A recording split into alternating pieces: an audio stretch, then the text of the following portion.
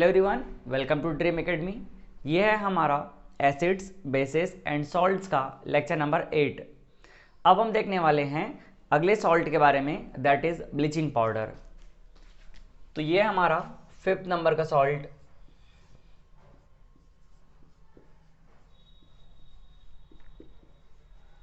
Bleaching powder.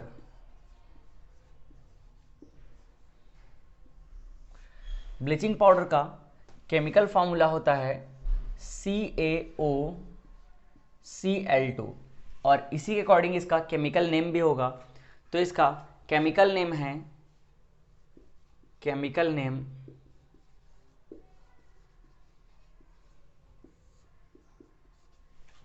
Calcium oxychloride. Calcium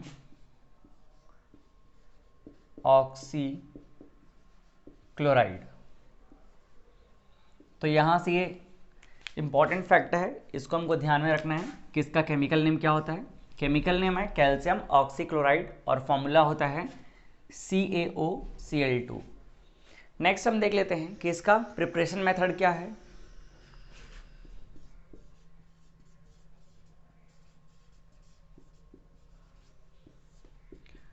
तो bleaching powder को prepare करने के लिए स्लैग्ड लाइम, जिसको हम कैल्शियम हाइड्रोक्साइड भी कहते हैं, इसे Cl2 गैस से पास कराते हैं, क्लोरीन गैस से पास कराते हैं। तो जब हम क्लोरीन गैस से पास कराएंगे तो यहाँ पे बन जाएगा कैल्शियम ऑक्सीक्लोराइड और साथ ही यहाँ से वाटर रिमूव हो जाएगा और ये हमारा बन गया ब्लीचिंग पाउडर। ठीक है, तो प्रोसेस तो केमिकल रिएक्शन के फॉर्म में काफ़ी सिंपल है। हमने लिया क्या, स्लैग्ड लाइम, जिसको हम बोलते हैं कैल्शियम हाइड्रोक्साइड, और इसमें Cl2 गैस पास करा दिया, फिर बन जाएगा ब्लीचिंग पाउडर और ये है वाटर जो अलग रिमूव हो जाएगा। वाटर रिमूव होने की वजह से पाउडर फॉर्म में आ जाएगा। नेक्स्ट अब हम ब्लीचिंग पाउडर के प्रॉपर्टीज डिस्कस कर लेते हैं। तो यहाँ हम लिख लेते हैं properties of bleaching powder. First property है कि ब्लीचिंग पाउडर एक हल्के पीले कलर का पाउडर है। तो यहाँ फर्स्ट प्रॉपर्टी हम लिख सकते हैं, it is pale yellow powder. Second important property है, ब्लीचिंग पाउडर जब इन्वायरमेंट में प्रेजेंट CO2 गैस से रिएक्ट करता है तो क्लोरीन गैस रिलीज करता है, जिसकी वजह से इसका स्मेल काफ़ी स्ट्रांग होता है। तो सेकंड रिएक्शन के फॉर्म में लिखते हैं, ये है कैल्शियम ऑक्सीक्लोराइड, जिसको ब्लीचिंग पाउडर कहते हैं। जब ये इन्वायरमेंट में प्रेजेंट CO2 गैस से रिएक्ट करता है तो क्या होता है, यहाँ से बन जाएगा कैल्शियम कार्बोनेट और साथ में Cl2 गैस, ये क्लोरीन गैस को बाहर रिलीज करेगा और इसी क्लोरीन गैस की वजह से इसका स्मेल काफ़ी स्ट्रांग होता है। ठीक है, तो थर्ड हम लिख सकते हैं, it has strong smell of Cl2 gas. Clear है, इसके हमने कुछ खास प्रॉपर्टीज लिख लिए हैं। प्रॉपर्टीज तो और भी हैं बट ये हमारे माइंड में होने चाहिए। नेक्स्ट अब हम बात करेंगे यूजेस का। तो आप इसको पहले नोट कर लीजिए, फिर मैं कुछ यूज़ बताता हूँ इसका। नेक्स्ट अब हम देखते हैं यूजेस ऑफ ब्लीचिंग पाउडर। तो यहाँ मैंने पहले ही कुछ यूज़ लिख रखा है। फर्स्ट यूज़ है डिसइंफेक्टिंग ड्रिंकिंग वाटर। आपको पता होगा कि ड्रिंकिंग वाटर में ब्लीचिंग पाउडर का हम यूज़ करते हैं ताकि उसको जर्म फ्री कर सके। तो यहाँ पे ड्रिंकिंग वाटर को डिसइंफेक्टिंग बनाने के लिए, उसको जर्म फ्री करने के लिए भी हम यूज़ करते हैं। सेकेंड यूज़ है bleaching washed cloth in laundry. धुले हुए कपड़े को ब्लीचिंग करने के पर्पज से भी लॉन्ड्री में यूज़ करते हैं हम। इसके अलावा ब्लीचिंग वुड पल्प इन पेपर इंडस्ट्री। पेपर इंडस्ट्री में भी ब्लीचिंग के पर्पज से यूज़ करते हैं। नेक्स्ट फॉर क्लीनिंग पर्पस, जो भी गंदगी वाले जगह होते हैं उसको क्लीन करने के लिए, वहाँ स्मेल अच्छा करने के लिए, वहाँ जो सड़े हुए स्मेल आते हैं उनको अवॉइड करने के लिए हम ब्लीचिंग पाउडर का यूज़ करते हैं। स्पेशली वॉशरूम वगैरह में भी इसका यूज़ करते हैं ताकि वहाँ जो भी स्मेल है उसको हम अलग से अवॉइड कर सकें। नेक्स्ट यूज है हमारे पास used as an oxidising agent. Chlorine एक इलेक्ट्रोनिगेटिव एलिमेंट है जो इलेक्ट्रॉन गेन करने की कैपेसिटी रखता है, दैट्स वाई ये सामने वाले को ऑक्सीडाइज कर सकता है, इसीलिए इसको हम लोग एज एन ऑक्सीडाइजिंग एजेंट भी यूज करते हैं। तो ये कुछ यूजेस हैं जो हमें ध्यान में रखना है। अब हम पढ़ते हैं अगले सॉल्ट के बारे में, तो इसको आप नोट कर लीजिए। अब नेक्स्ट सॉल्ट हम देखने वाले हैं प्लास्टर ऑफ पेरिस।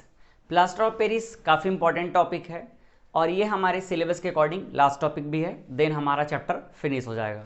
तो चलिए देखते हैं प्लास्टर ऑफ पेरिस। ये है 6 नंबर का सॉल्ट।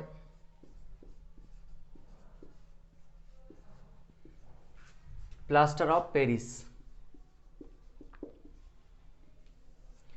प्लास्टर ऑफ पेरिस का केमिकल फॉर्मूला होता है कैल्शियम सल्फेट में हाफ वाटर मिक्स कर देना है। ये है प्लास्टर ऑफ पेरिस का केमिकल फार्मूला और इसके केमिकल फार्मूला के अकॉर्डिंग ही इसका केमिकल नेम होता है, जो कि आपको ध्यान में रखना है। तो इसका केमिकल नेम क्या हो जाएगा? केमिकल नेम यहां से देखिए, ये है कैल्शियम सल्फेट और हाफ वाटर, तो हाफ के लिए हेमी यूज करते हैं, तो calcium sulphate hemihydrate. Calcium sulphate hemihydrate. तो ये है इसका केमिकल नेम, जो कि हमको ध्यान में रखना है। नेक्स्ट अगर हम बात करें कि प्लास्टर ऑफ पेरिस बनता कैसे है, तो प्लास्टर ऑफ पेरिस को बनाने के लिए हम जिप्सम का यूज़ करते हैं और जिप्सम मोस्टली पेरिस में मिलता है, that's why it is known as plaster of Paris. अब जिप्सम क्या है, चलिए समझते हैं इसके प्रिपरेशन को।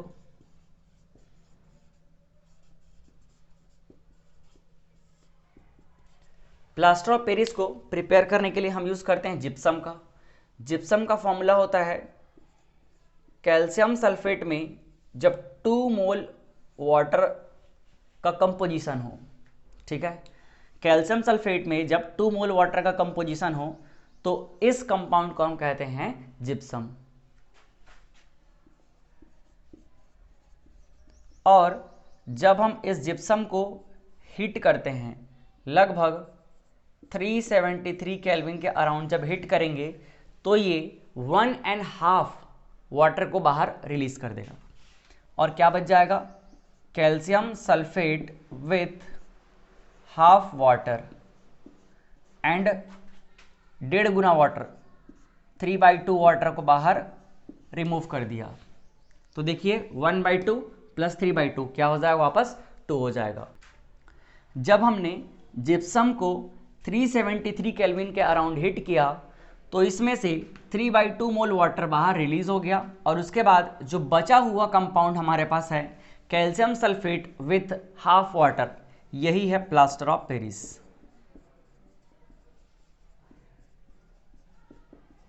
क्लियर है? तो इस तरह से हमको प्लास्टर ऑफ पेरिस कैसे बनाते हैं ये समझ आ गया।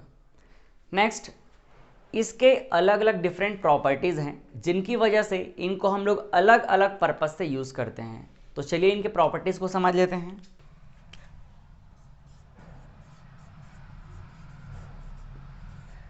Properties of plaster of Paris. First property है कि ये एक वाइट कलर का पाउडर है जिसका यूज हम वॉल वगैरह को पुताई करने के पर्पज से भी करते हैं, इसके वाइट कलर के होने की वजह से और पाउडर फॉर्म में होने की वजह से। तो फर्स्ट हम लिख सकते हैं it is a white powder. Second, जब हम प्लास्टर ऑफ पेरिस में वापस वाटर ऐड करते हैं तो ये अपने मेन कंपाउंड में कन्वर्ट हो जाता है जिप्सम में। ये हमारे पास है calcium sulphate hemihydrate means plaster of Paris. जब इसमें हम वाटर ऐड करेंगे, कितना वाटर ऐड करेंगे? जितना इसको प्रिपेयर करते समय बाहर निकला था, 3/2 मीन्स 1.5 गुना। तो 3/2 वाटर जब ऐड करेंगे तो ये वापस क्या बन जाएगा, जिप्सम बन जाएगा। Means calcium sulphate with 2 mole water, ये क्या बन गया, जिप्सम बन गया। But plaster of Paris water add होने के बाद जब वापस जिप्सम बनता है तो इसका नेचर चेंज हो जाता है, ये एक हार्ड मटेरियल के फॉर्म में कन्वर्ट हो जाता है। और इसके इसी हार्ड नेचर का यूज डॉक्टर्स डिसलोकेटिंग बोन को, फ्रैक्चर्ड बोन को सही जगह पे सेटल करने के पर्पज से यूज करते हैं। तो आपने देखा होगा डॉक्टर क्या करते हैं, एक प्लास्टर लगा देते हैं ताकि जो बोन है सही जगह पे सेटल हो जाए। तो उसके लिए इसी प्लास्टर ऑफ पेरिस का यूज करते हैं, क्योंकि प्लास्टर ऑफ पेरिस में वाटर ऐड करने से ये क्या हो जाता है, हार्ड मास का बन जाता है। क्लियर है। नेक्स्ट एक और प्रॉपर्टीज देख लेते हैं। जब हम प्लास्टर ऑफ पेरिस को और हीट करते हैं लगभग 473 केल्विन के आसपास, तो इसमें से पूरा वाटर बाहर निकल जाता है। कैल्शियम सल्फेट हेमीहाइड्रेट मतलब जिप्सम, जब इसको हम क्या करेंगे और हीट करेंगे लगभग 473 केल्विन पे, तो यहाँ से जो बचा हुआ वाटर है ये भी निकल जाएगा और ये सिर्फ कैल्शियम सल्फेट के फॉर्म में रह जाएगा। यहाँ से जो हाफ वाटर था वो भी बाहर निकल गया। तो अब ये जो बचा है इसको हम बोलते हैं डेड बर्न प्लास्टर। क्या बोलते हैं इसको, डेड बर्न प्लास्टर। अब इसके अंदर सेटलिंग प्रॉपर्टी नहीं रहा। अब इसमें अगर वाटर हम ऐड करेंगे तो भी सेटल नहीं होगा, वो तो भी हार्ड मास का नहीं होगा। तो ध्यान रखिएगा, जब हम जिप्सम को 473 केल्विन पे हीट कर देते हैं तो उसके बाद जो पाउडर हमारे पास रहता है वो एक डेड बर्न प्लास्टर होता है, इसमें सेटलिंग प्रॉपर्टी नहीं रहती है। अच्छा एक चीज़ ध्यान रखिएगा, ये जो अभी हमने देखा सेकंड वाला, जब प्लास्टर ऑफ पेरिस में वाटर ऐड किया तो ऑब्वियस सी बात है यहाँ से हीट भी रिलीज होगा और उसके बाद ये सेटल होगा। तो कभी कभी ये क्वेश्चन बन सकता है कि जो settling of plaster of Paris है ये किस तरह का रिएक्शन है। तो अगर हीट रिलीज हो रहा है इसका सीधा सा मतलब है ये एक्जोथर्मिक नेचर का है, एक्जोथर्मिक रिएक्शन। तो सेटलिंग प्रोसेस क्या है, एक्जोथर्मिक प्रोसेस है। क्लियर है। इन प्रॉपर्टीज को नोट कर लीजिए, फिर हम इन्हीं प्रॉपर्टीज की वजह से कुछ स्पेशल यूजेस हैं उनको डिस्कस कर लेते हैं। चलिए अब हम प्लास्टर ऑफ पेरिस के कुछ यूजेस डिस्कस कर लेते हैं। तो ये हमारे पास है यूजेस। फर्स्ट है making toys and materials for decoration. इसके हार्डनेस प्रॉपर्टी की वजह से और स्मूथ होने की वजह से, वाइट कलर का होने की वजह से इसका हम टॉयज बनाने के लिए यूज़ करते हैं, डेकोरेटिंग मटेरियल बनाने के लिए यूज़ करते हैं। वाइट है तो इसमें कुछ दूसरा कलर भी हम लगा सकते हैं तो अच्छा डेकोरेटिंग मटेरियल बन जाएगा, टॉयज बन जाते हैं। Next making black board chalk. Black board में जो हम लिखते हैं तो उसके लिए चॉक यूज़ करते हैं, उस चॉक को भी हम प्लास्टर ऑफ पेरिस से बनाते हैं। अगला है प्लास्टरिंग फ्रैक्चर्ड एंड डिसलोकेटिंग बोन्स। हमने पहले ही प्रॉपर्टीज़ में डिस्कस किया हुआ है कि प्लास्टर ऑफ पेरिस में जैसे ही वाटर मिक्स करते हैं ये जिप्सम बन जाता है लेकिन हार्ड वाला। तो उसके इसी हार्डनेस प्रॉपर्टी का यूज़ डॉक्टर्स फ्रैक्चर्ड और डिसलोकेटिंग बोन को सही जगह पर सेटल करने के पर्पज से यूज़ करते हैं और प्लास्टर लगा देते हैं। नेक्स्ट है फॉर मेकिंग सरफेस स्मूथ। ये एक स्मूथ पाउडर होता है, एक चिकना पाउडर होता है, तो ये स्मूथ करने के पर्पज से भी हम सरफेस में यूज़ करते हैं, सरफेस को स्मूथ कर देता है। इसके अलावा भी काफ़ी सारे यूजेस हैं बट ये आपके लिए काफ़ी इंपॉर्टेंट है, इनको ध्यान में रखिएगा। ये हमारा चैप्टर यही फिनिश हो गया। अब नोट्स के लिए आप डिस्क्रिप्शन बॉक्स में जो लिंक प्रोवाइड किया गया है वहाँ से डाउनलोड कर लीजिए। तो चलिए फिर मिलते हैं अगले चैप्टर में, तब तक के लिए बाय बाय, थैंक यू।